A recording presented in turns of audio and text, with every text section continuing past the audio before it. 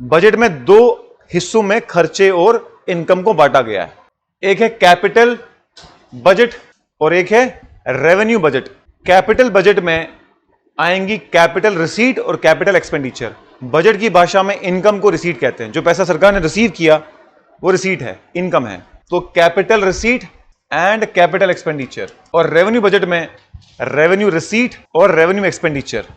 जो भी खर्चा या जो भी इनकम गवर्नमेंट ऑफ इंडिया के कर्जे को कम ज्यादा करे या गवर्नमेंट ऑफ इंडिया के संपत्ति को कम ज्यादा करे, हो जाएगा कैपिटल अकाउंट में। और जो भी खर्चा या जो भी इनकम ना तो सरकार के लोन को कम ज्यादा करे ना तो सरकार की प्रॉपर्टी को कम ज्यादा करे, हो जाएगा रेवेन्यू अकाउंट में।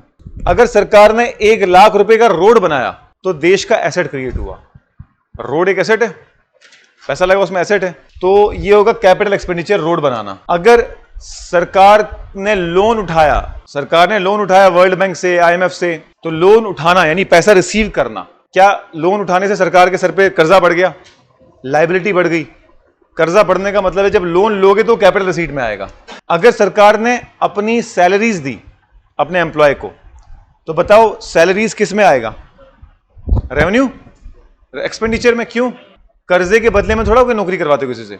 सैलरी पे करना क्यों पे कर रहे हो आप? क्योंकि उन्होंने आपका काम किया, आपके सरकारी नौकर हैं वो, उन्होंने काम किया, आपने सैलरी दी। सैलरी लायबिलिटी नहीं होती, सैलरी उन्होंने काम किया, आप सैलरी देते हो। लायबिलिटी का मतलब लोन, कर्जा सर पे। तो सैलरी पेमेंट रेवेन्यू एक्सपेंडिचर में आएगा। क्या?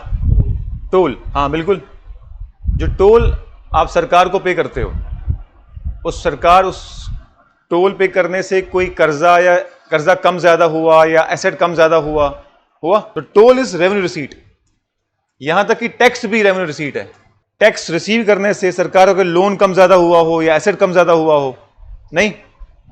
अब वो बात अलग है सरकार इसका एसेट बनाए, लेकिन हम रेवेन्यू रिसीट और रेवेन्यू एक्सपेंडिचर और कैपिटल रिसीट और कैपिटल एक्सपेंडिचर में ऑन स्पॉट देखते हैं क्या हो रहा है इससे।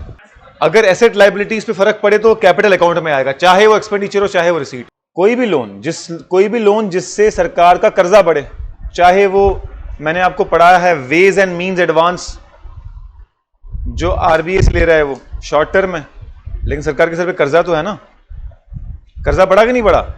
बेशक 3 महीने में चुकाना हो। कोई भी टर्म का लोन जो सरकार की लायबिलिटी बढ़ाए वो आपके कैपिटल रिसीट में ही जाएगा।